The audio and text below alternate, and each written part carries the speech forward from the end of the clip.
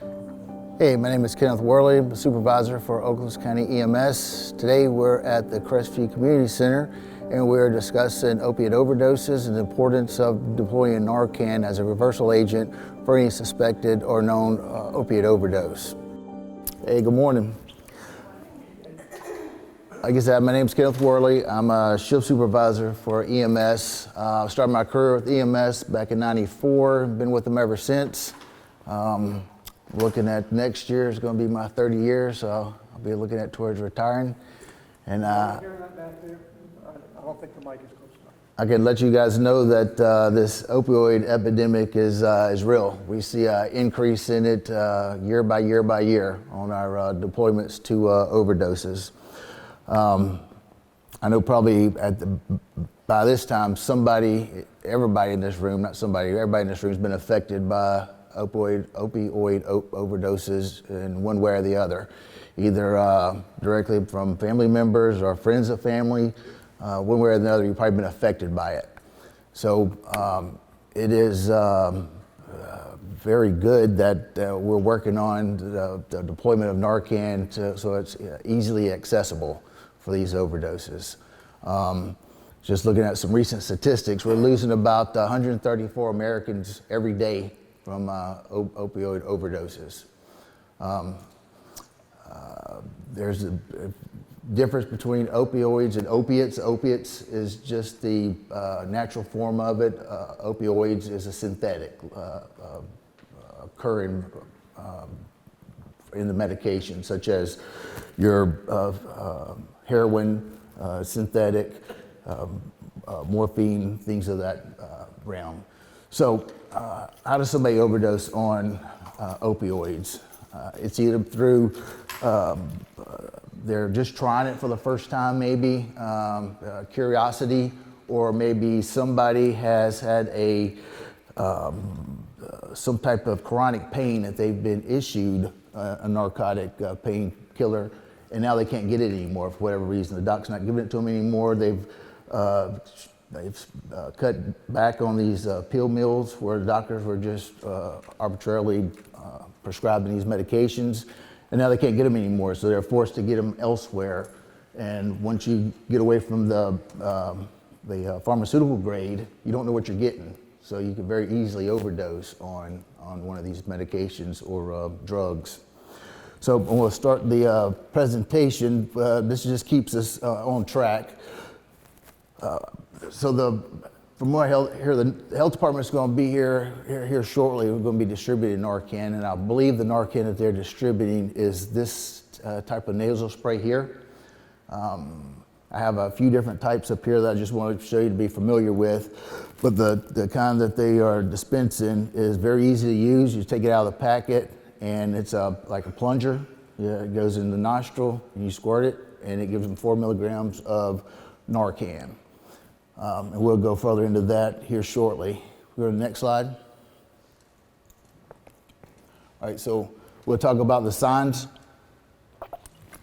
of a narcotic overdose, how Narcan works, and different ways that can be administered. And then we'll go over how to do it as well. I've got a training head up here as well as some medication itself. All right. Lieutenant, could I ask you something? Make sure people understand that Narcan is a brand name for naloxone. Good. It might be confusing. Okay, absolutely. So naloxone is the name of the medication. Narcan is just a brand of that medication. Just so you're clear on that, you may see it as Narcan or naloxone. All right, next slide. All right, so opioid overdose can be either unintentional or intentional. Typically intentional is somebody that's trying to end their life. Unintentional could be from recreational use, or let's say that somebody's on the medication and they've taken it and they forgot they've taken it. Maybe they have some type of memory loss, memory lapse for the elderly population, and they forgot they'd already taken it. They've taken a second dose and they may have accidentally overdosed on it. So we talked about opioids versus opiates, the natural form versus the synthetic form. Opioids just covers both of those, the natural and the synthetic form. So we'll be talking about solely opioids in this presentation. All right, next. All right, so how does, what is a narcotic overdose? So, okay, so you have opiate receptors in the brains, and whenever you overdose on these, take too much of this, these opiates attach to those brain receptors, and if it's too much of that medication, then the body becomes relaxed and the heart rate slows down, but more often the respiratory slows down, and it slows down to the point that they stop breathing. So if, at that point, if intervention of the person is not found in a timely manner, then they go into cardiac arrest. And this is where Narcan comes in. So we find somebody that's suspected or overdosed on a narcotic, then we'll deploy the Narcan, and we'll go through those signs and symptoms here as well. Some prescription narcotics you see up there at the top: morphine, fentanyl, Dilaudid, Demerol, Vicodin, Norco, and Percocet. It's just a few of them. There's more. And then heroin is the most common illegal opioid, and its uptick has been seen over the last few years dramatically than it was the years prior. And what we've been seeing in our heroin is it's been cut so they can sell more of it. It's typically cut with fentanyl. So when they put fentanyl in it, they don't know how much fentanyl that they're putting in there. They don't know the concentration of fentanyl. So when we get a bad batch come through Okaloosa County, EMS and law enforcement know really quick, because we start getting overdoses in that area pretty quickly. We'll have 3 to 4 overdoses a day in that general area because they got a bad batch that's got a large concentration of fentanyl in it. And that's not uncommon. We have responded to calls where we have more than one person ODing. There'll be 2 or 3 people in the house ODing as well when we get those bad batches come through here. All right, next. So some signs and symptoms of an overdose. They're becoming unresponsive, or they are unresponsive. Shallow breathing or no breathing at all. You may have seen the bluish color in their lips, nail beds, cyanosis from lack of oxygen from their not breathing adequately. And then narcotic overdoses are always have pinpoint eyes. Typically, you'll see like benzos or something of that nature. You'll have dilated eyes, but on our narcotic overdoses, most always you'll have pinpoint eyes or pupils. Thanks, I didn't have to ask. All right, signs and symptoms, as you may see stuff laying around. So there you may see needles, syringes, spoons that they cook it with to draw up the narcotic in a syringe, pill bottles, medication patches. They get desperate for this. They take the medication patches and they'll try to ingest it or put it in their mouth. It's not uncommon for us to see, when we go on a scene, that just this, you'll see the paraphernalia laying around. You'll see syringes. Some of them still have the syringe in their arm.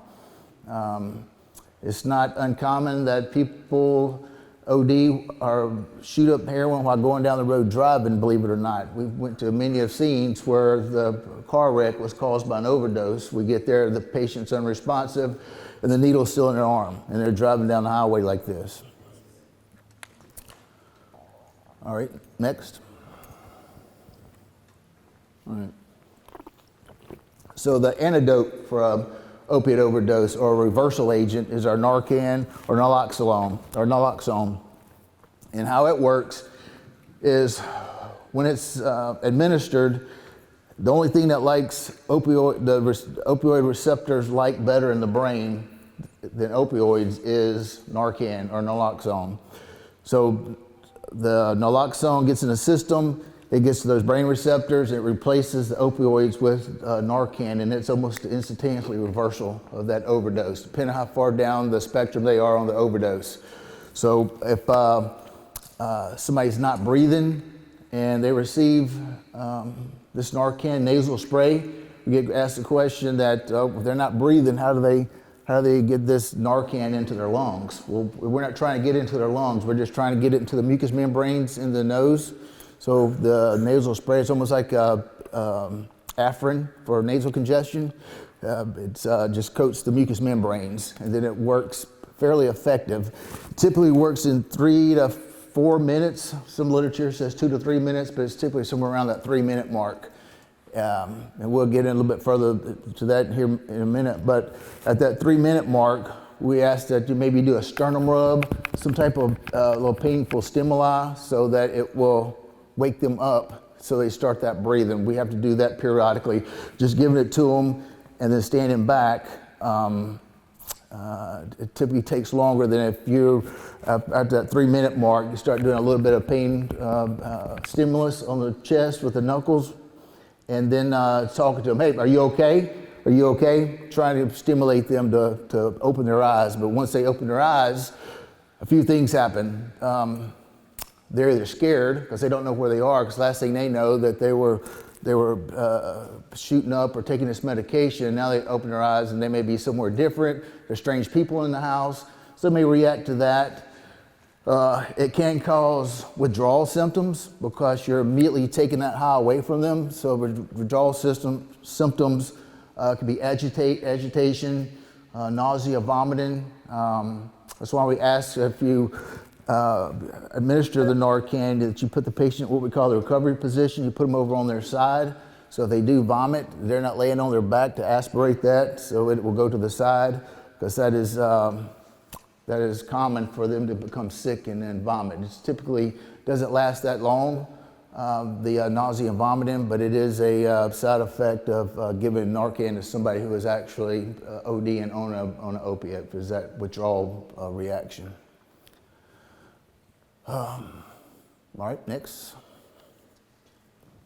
So how can it be given? Typically, we in EMS will give it either IM with a needle or IV. If we can start an IV on somebody and give it to them. Most of our law enforcement agencies in Okaloosa have Narcan with them. I believe the city of Crestview has it as well. We're working on getting it with all the first responder fire departments. That's the outliers. We got most of them taken care of, but they can deploy it immediately, and they'll give it intranasal. And then if they haven't woken up by the time or started back breathing by the time we get there, typically we'll start an IV and give it to them intravenously and get it. It works a lot quicker, obviously, intravenously than it does intranasally.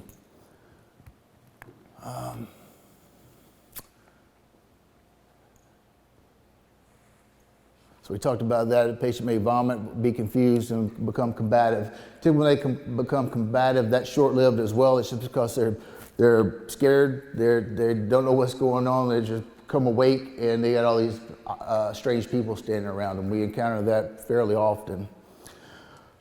Another thing that's worth mentioning is law enforcement. They have a state statute that if you're called to a residence for help and there are narcotics in the house, those people are not charged with the narcotics because they were calling for help. The reason they do that is they don't want somebody not to call for help in fear of them going to jail for the narcotics that they have in their house. So they will take them and dispose of them, but you will not go to jail because of those narcotics that are in the house if you're calling for help for that overdose. All right, next. All right, we'll do the practice here in a minute. We'll go to the next one. All right, so naloxone, very important antidote, can save the life of someone experiencing an overdose from opiates. One thing I want to put on that as well, if you've got to the person, they're unresponsive and they are not breathing, giving them the naloxone is great, but if you can provide them some breaths, some respirations, that would be very good. If it's a stranger, I understand if you don't want to give breaths, but it's a family member, to give maybe mouth to mouth to help them breathe, because that's what they need to be doing right then, is breathing. The quicker they can get oxygenation going, the better. So I'll show you up here. It'd be a head tilt, chin lift, open the mouth, pinch the nose and blow directly in the mouth. Just a breath is about a half a lung filled, just enough to see the chest rise, and then let it go back to its normal position, and then give another breath until the naloxone works. Just be cautious that they may vomit as well, but it shouldn't take very long for them to start breathing on their own once you administer that naloxone. If, go ahead. So about 1 every 6 seconds until they start back breathing again. I brought this up here for demonstration. We do the same thing, but we don't give mouth to mouth.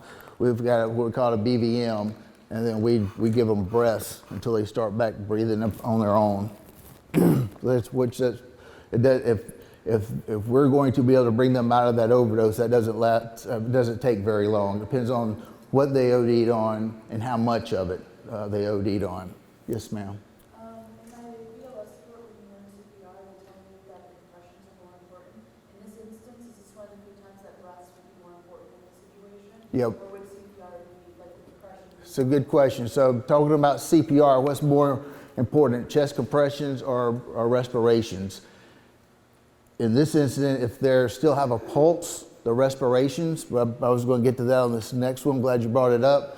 If they're in cardiac arrest, meaning that they're not breathing and they don't have a pulse, Narcan kind of takes a back seat to it. We want to start chest compressions and give them ventilations. And as soon as we get a chance, give the Narcan and continue the chest compressions and ventilations, because still chest compressions are still more important if they don't have a pulse.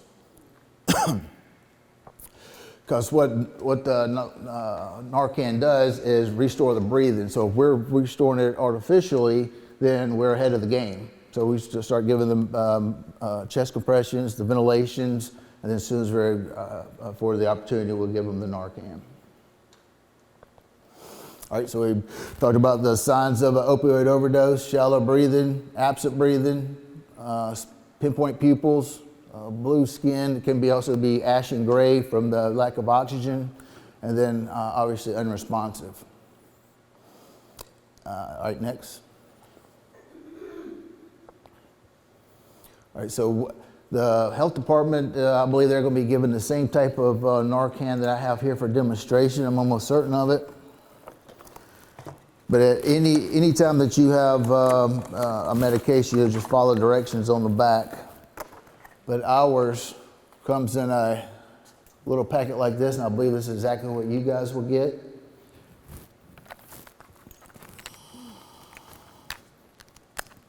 Get it open.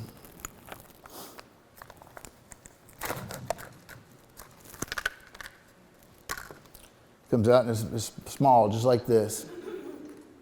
And then all you do at this point is the plunger's in the back where my thumb is. And then you put it into the nair till the fingers are touching the bottom of the nose. And then you push down on the plunger, and it aerosols that Narcan into the mucous membrane. And it should only take about roughly 3 minutes for it to start working. After about 3 or 4 minutes, if it hasn't reversed the overdose, you can go ahead and give a second dose if you have it of the Narcan. For us, we give just enough Narcan. There's 4 milligrams in here. For EMS, we do a lower dose because we're also able to provide effective ventilations as well. So we're doing the same thing that this will do, but artificially. We're trying to bring them out of that overdose slowly so we don't have the vomiting and the agitation and everything that goes with the withdrawals. So we will give them 0.5 milligrams of this medication, just enough to restore the breathing. We're not trying to bring them back responsive. We're trying to bring them just to breathing again, and then we take them to the hospital.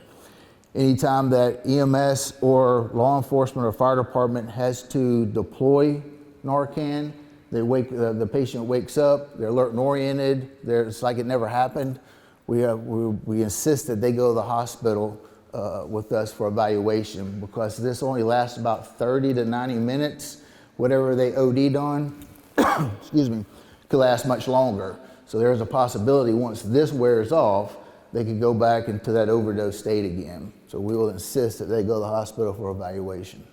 It's fairly benign. The biggest thing that you could have, somebody could have an allergic reaction to it, which is very, very rare. So if you think you need it, give it. If you give it and they didn't need it, no harm, no foul.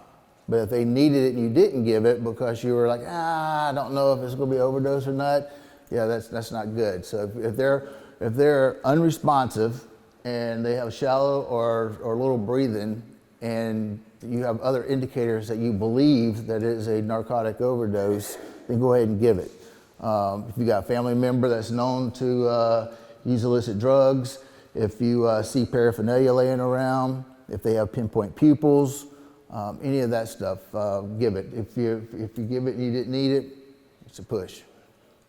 I'm going to just pass this around. You guys can look at it, bring it up in a minute. One dose? That is one dose, yes, sir. Did you push it? I'm kidding. Sorry. All right. Nobody else can push it. It's okay. That was a real one. It just expired. Oh, great. Nobody else gets to push it.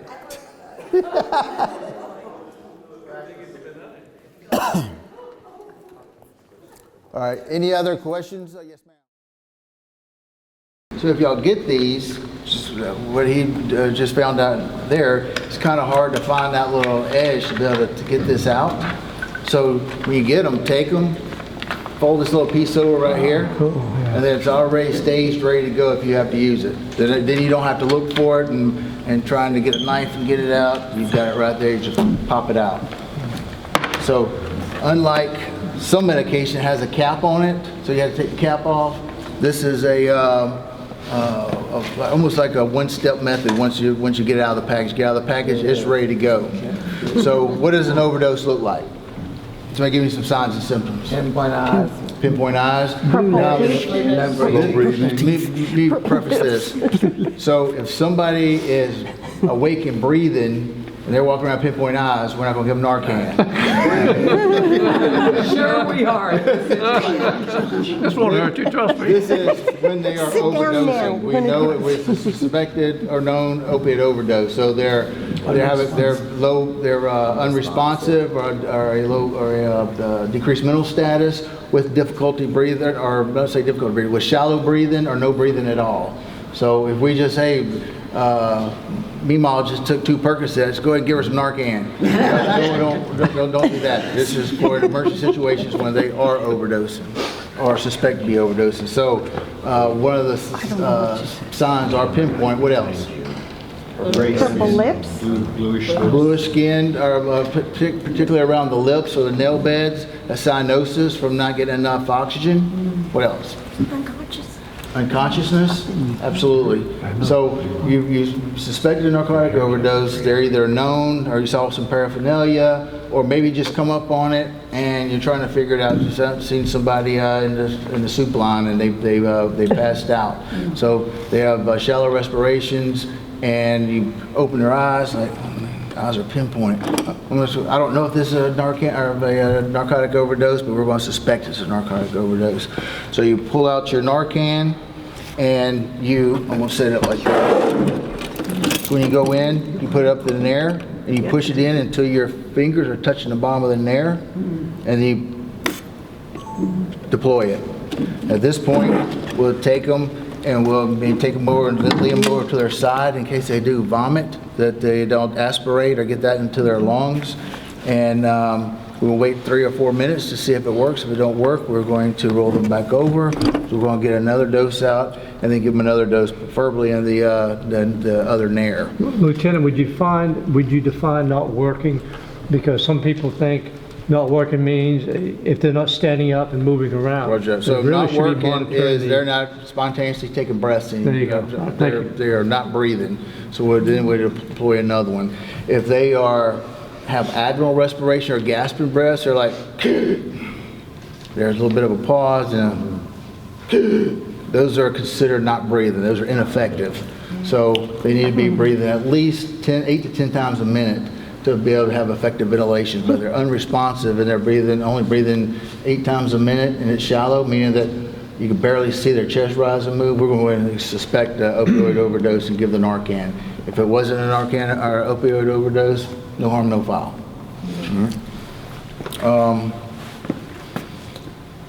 Again, if it's a family member or somebody that you're comfortable with giving mouth to mouth, unless you have a mask, if you're in an area that has an AED, you can open up the AED, and most of them have a mask in there that you can give ventilations with if you feel so desired to do so. But if they're not breathing, and it is a family member, somebody you're comfortable with doing mouth to mouth, then you would want to, once that you give the Narcan or the naloxone, then you want to open their airway by tilting their head, opening their mouth by pulling their chin down, pinching their nose, and putting your mouth around their mouth, getting a good seal, and giving just enough breath to see the chest rise. You come off of it, and then you wait 6 seconds, and then you'll do it again. Wait 6 seconds, then do it again. After about 2 minutes, 3 minutes, 2 or 3 minutes, that Narcan should be taking effect. And at that point, about 3 minutes goes past, not on their throat, but like they had a chest.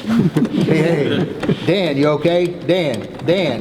And typically, if they have not been down too long and they're not don't have an anoxic brain injury, they should start opening their eyes, and then they'll look around. They may sit up violently because they're trying to figure out what's going on, and they may vomit as well. So when they do sit up, make sure they're set up in a sitting position. When they vomit out. If you have a trash can or something around, just be prepared for that. It doesn't always happen, but this is a large dose, a bigger dose than we give in EMS, the 4 milligrams. So they may vomit after that dose, but it's okay as long as they don't aspirate it. We take measures that they don't aspirate it. Yes, sir. On the sternum rub, is it just the vigorousness of running the knuckles, or is there need to be pressure? Yeah. You put pressure on it. You put pressure on it and rub it back and forth. A newbie.